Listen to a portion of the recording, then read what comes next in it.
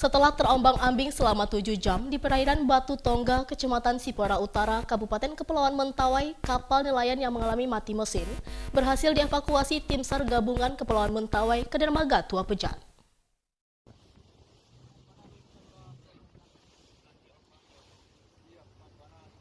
Kapal nelayan pencari ikan dilaporkan terombang-ambing akibat mati mesin di perairan Batu Tongga, Kecamatan Sipora Utara, Kabupaten Kepulauan Mentawai. Mendapatkan laporan, tim SAR gabungan Kepulauan Mentawai langsung bergerak ke lokasi kapal yang terombang-ambing.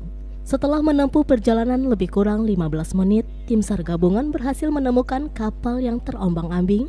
Sesampai di lokasi, dari hasil pemeriksaan tim SAR, kondisi Inas, 42 tahun, nelayan pencari ikan yang terombang-ambing di laut lebih kurang 7 jam dalam keadaan sehat. Setelah memeriksa kondisi korban dan kapal, tim SAR gabungan mengevakuasi kapal nelayan dengan cara digandeng bersama kapal tim SAR ke dermaga Tua Pejat.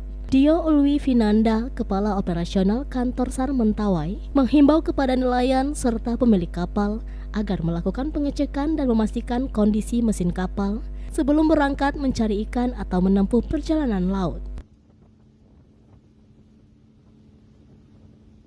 Di mesin di sekitaran Kepulauan Mentawai, kapal nelayan tersebut terombang-ambing di perairan Mentawai dari pukul 9 pagi sampai saat survivor ditemukan.